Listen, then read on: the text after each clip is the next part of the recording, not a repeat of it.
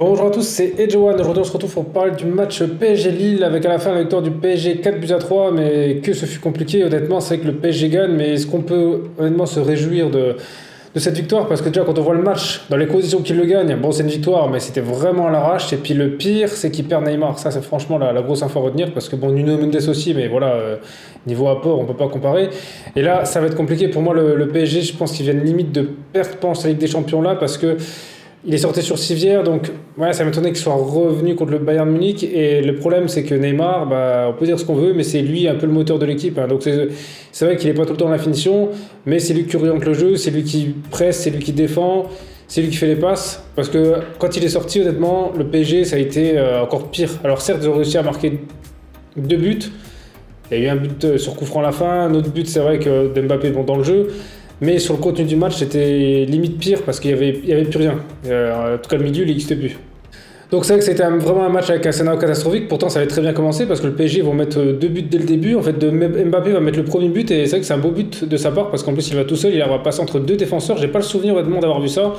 Qu'un joueur il passe entre 2 défenseurs et puis il va marquer. Donc là, honnêtement, ça permettait justement de commencer sur une bonne base. Et ça faisait très longtemps que le PSG, justement, n'avait pas commencé un match comme ça. Et en plus, Neymar, après, va mettre le deuxième. Là, ça a été aussi quelque chose de pas mal collectif parce que Vitinha, justement, au lieu de faire un duel face au gardien, bon, de toute façon, il y aurait eu penalty même s'il faisait pas la passe.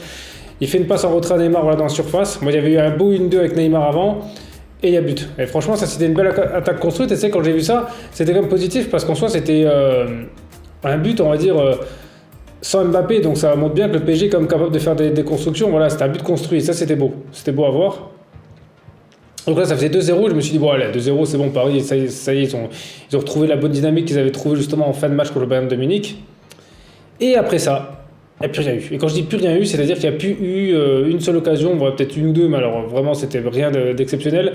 Mais il y a le milieu de terrain du PSG, à part Verratti, qui honnêtement, il a fait quand même un bon match parce que je trouve qu'il a souvent, on va dire, récupérer des ballons assez compliqués. Il a réussi à faire quelques dribbles pour éliminer les adversaires et puis relancer proprement. Mais sinon, le reste, ça a été zéro. En Ruiz, il a été compliqué. Franchement, je sais pas. C'était voilà, Vitinha, bon, il a fait une passe D, mais à part ça, on les a pas trop vus. Mais le milieu, il est inexistant. C'est-à-dire qu'il y avait limite Verratti, et après c'était les trois de devant. Bon, quand j'ai 3 de devant, c'est qu'en première mi-temps, on va dire, c'était que 2 parce que Messi, je sais pas ce qu'il faisait, mais il était pas là. En tout cas, il était là sur la feuille de match, mais physiquement sur le terrain, il marchait, hein. C'était voilà. Bon, après c'est Messi. Et ensuite, ce qui s'est passé, c'est que Lille va quand même réussir à réduire le score. En plus, le but là, pour moi, le responsable, c'est quand même Kimpembe. Et Kimpembe, justement, on peut en parler parce qu'il a fait un match vraiment pas bon du tout, hein, franchement, pour rester, on va dire, courtois. Parce que même le troisième but, c'est de sa faute, il se fait courser. En fait, tous les actions qu'il y a eu, qui ont mené un but, c'était tout lui ou c'était son marquage.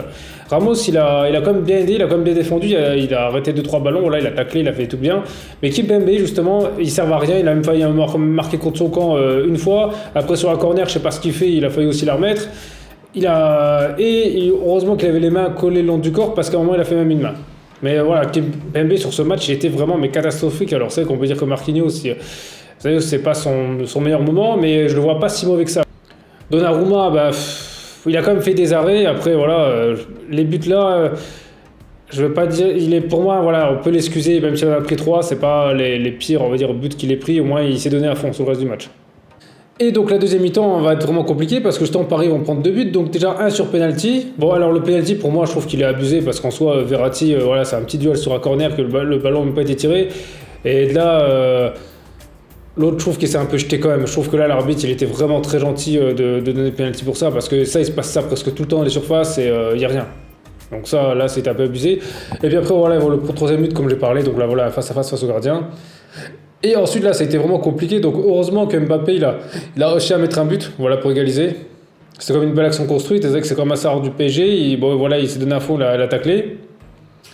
Et Messi qui va sauver le PSG en fin de match grâce à un but sur coup franc. C'était un beau but en plus poteau rentrant. Voilà, alors ça sauve le match de Messi parce que sans ça, son match était voilà, 0, faut être honnête.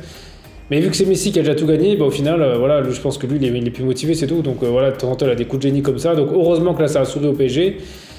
Mais sinon, ça va être compliqué parce que là, quand on a vu le remplaçant Neymar qui tiquait, voilà, de toute façon, ça sert à rien de dire qu'il est pas bon, on le sait. Je veux dire, là, à un moment, ouais, Un exemple, il avait le ballon, il n'y avait personne devant lui.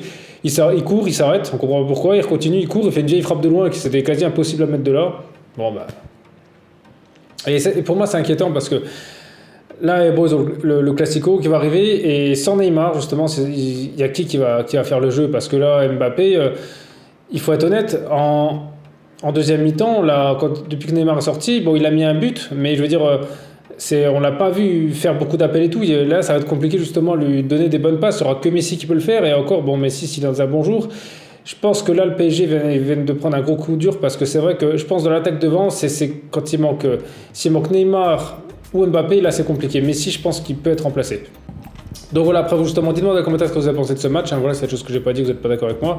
Et sinon, merci à tous d'avoir regardé cette vidéo. C'était Edge One, on se retrouve très vite pour une prochaine vidéo.